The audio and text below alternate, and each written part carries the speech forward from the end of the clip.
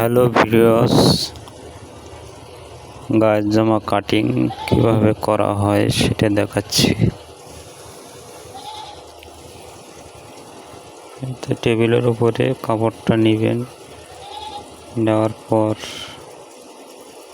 ভাঁজ দিবেন। একটা ভাঁজ দেওয়ার পর সুন্দর করে সমান করে নেবেন। নেওয়ার পর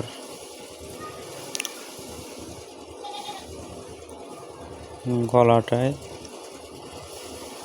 6 ইঞ্চি নেবেন। 6 ইঞ্চি নেবেন।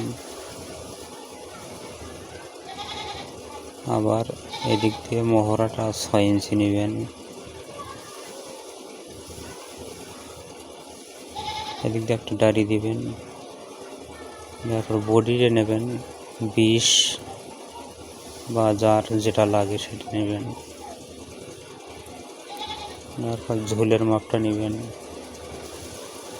এই যে দাড়িটা দিলাম 20 ইঞ্চি, নিচের কামিজের ফাড়াটা 20 ইঞ্চি, ওখানে একটা টিক চিহ্ন দিবেন। দেওয়ার পর 2.5 ইঞ্চি গলাটা নেবেন। এরপরে কাটবেন এই সুন্দরভাবে।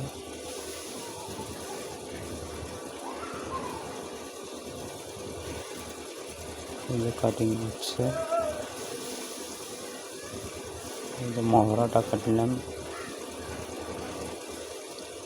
এই যে দাগে দাগে কাটে আসলাম।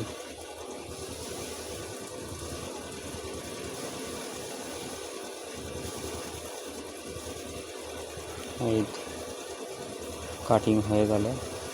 ওই ফাড়াটা টিক চিহ্ন দিবেন। ভিডিওটা ভালো লাগলে লাইক শেয়ার করবেন। ধন্যবাদ সবাইকে, ভালো থাকবেন। এই যে কাটিং হয়ে গেছে। ওকে, এইভাবেই গায়ের জামা কাটা হয়।